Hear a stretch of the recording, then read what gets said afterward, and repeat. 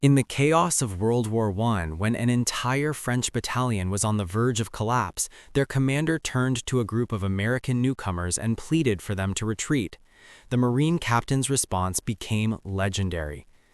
"Retreat? Hell, we just got here."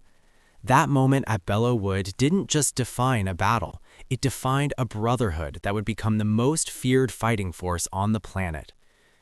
The United States Marine Corps isn't just another branch of the American military. It's a fighting force so distinct, so fiercely independent that it operates under its own department within the Navy, maintains its own culture, and answers directly to both the Secretary of the Navy and the President.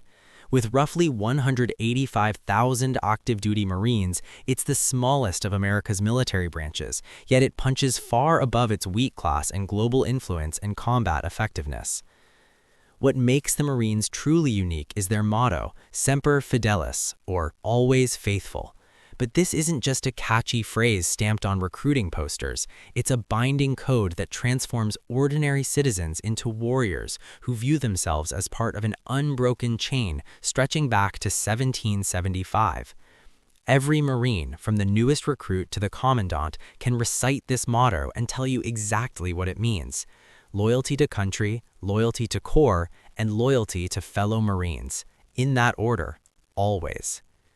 The Marine Corps exists as America's expeditionary force in readiness. While the Army prepares for sustained land campaigns and the Navy controls the seas, the Marines specialize in rapid deployment and amphibious assault. They're designed to be the first to fight, the tip of the spear, ready to deploy anywhere in the world within days. Their entire organizational structure reflects this mission. Marine Expeditionary Units, or MEUs, combine ground combat forces, aviation, and logistics into self-contained packages of 2,200 Marines that can sustain operations independently for 15 days without resupply.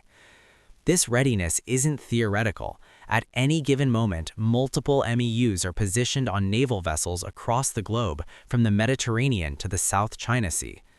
When the American embassy in Kabul needed evacuation, the Marines arrived first. When humanitarian disasters strike, Marines often provide the initial response.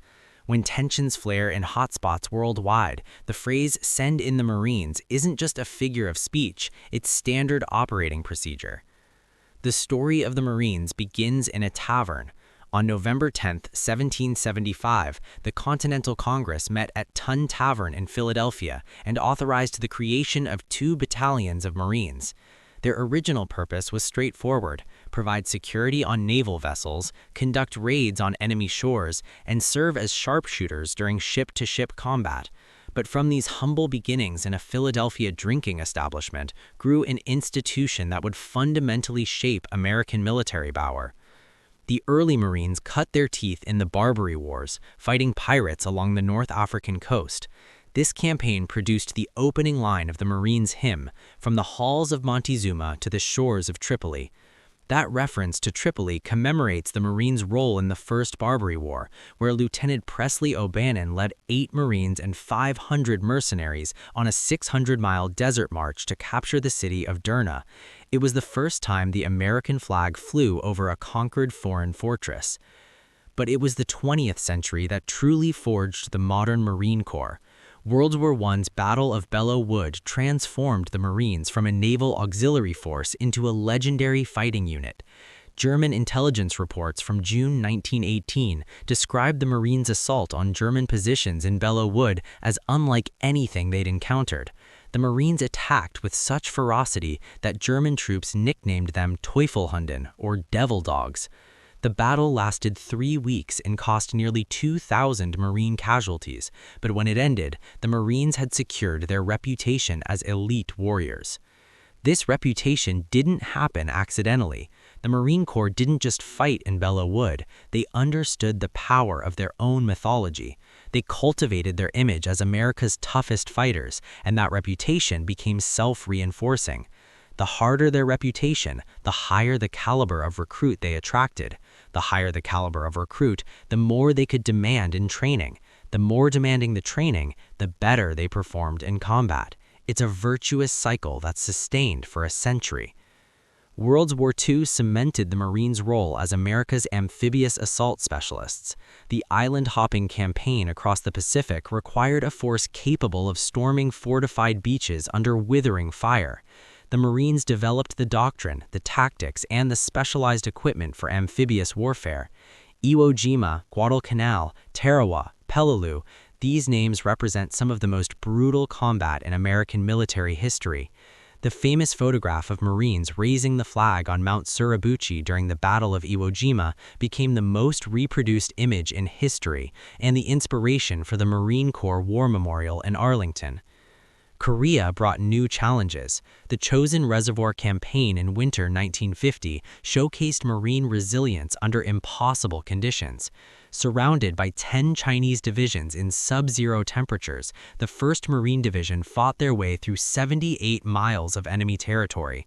When reporters asked Major General Oliver Smith if his division was retreating, he delivered another legendary Marine response. Retreat? Hell, we're just attacking in a different direction. Of the 15,000 Marines who entered the Chosin Reservoir, 13,000 made it out, bringing their wounded and dead with them. No Marine left behind. What the Marines built here changed modern warfare. Vietnam tested the Corps in different ways. The siege of Khe Sanh, lasting 77 days, became the longest and most intense combat operation of the war. 6,000 Marines held a remote combat base against as many as 40,000 North Vietnamese troops. The psychological strain was immense. The physical conditions were brutal, but the Marines held, inflicting devastating casualties on attacking forces. Pause for a second. Would you have held that line?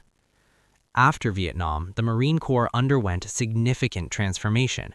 They recognized that future conflicts might not involve massive conventional battles, but rather rapid interventions, humanitarian operations, and counterinsurgency warfare.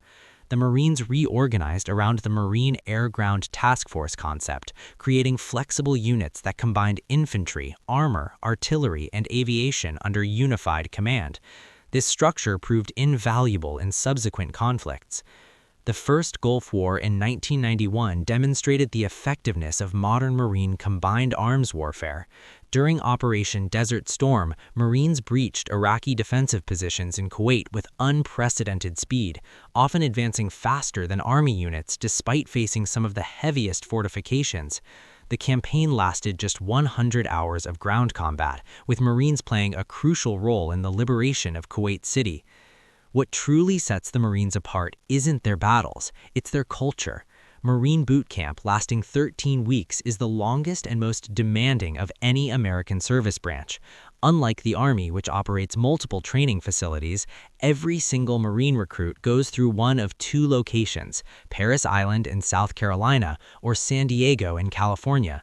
This centralization ensures uniform standards and shared experience. The transformation process is deliberate and intense. Drill instructors systematically break down civilian identity and rebuild recruits as Marines. They're not creating soldiers, they're creating Marines, a distinction the Corps fiercely maintains. The final test, the Crucible, requires recruits to complete 54 hours of continuous training with minimal food and sleep, culminating in a 9-mile hike. Only after completing the Crucible do recruits earn the title Marine. This rigorous training creates something unusual in modern military organizations, a genuine meritocracy. The Marine Corps has historically been more integrated and less stratified by background than other services.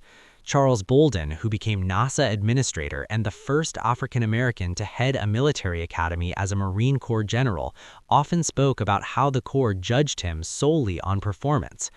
Women have served in expanding roles, and as of 2016, all combat positions opened to female Marines who meet the standards. The Marine Corps also maintains unique traditions that reinforce identity. The Marine Corps Ball, held every November 10th to commemorate the founding, isn't just a formal dinner, it's a sacred ritual. At every ball, regardless of location, the ceremony is identical. The oldest Marine and youngest Marine present jointly cut a ceremonial cake. This symbolizes the passing of experience and tradition from one generation to the next. Marines take this ceremony seriously, sometimes conducting it in combat zones under threat of attack. Once a Marine, always a Marine isn't just sentiment. Unlike other services where veterans are called former soldiers or sailors, Marines never use the phrases former or ex. You're a Marine until you die. This creates a global network of mutual support. Marines separated by decades of service recognize each other through shared language, shared values, and shared identity. Operationally, today's Marines face new challenges. They're transitioning from 2 decades of counterinsurgency in Iraq and Afghanistan back towards their traditional role as expeditionary force. The Commandant's planning guidance released in 2019 refocused the Corps on potential conflict with peer competitors, particularly in the Indo-Pacific region. This means divesting from certain heavy equipment like tanks and instead investing in anti-ship missiles, unmanned systems, and capabilities suited for island hopping in contested maritime environments. The Marines are also adapting to technological warfare while maintaining their warrior ethos. Cybermarines now operate alongside infantry Marines. Drone operators work beside artillery crews.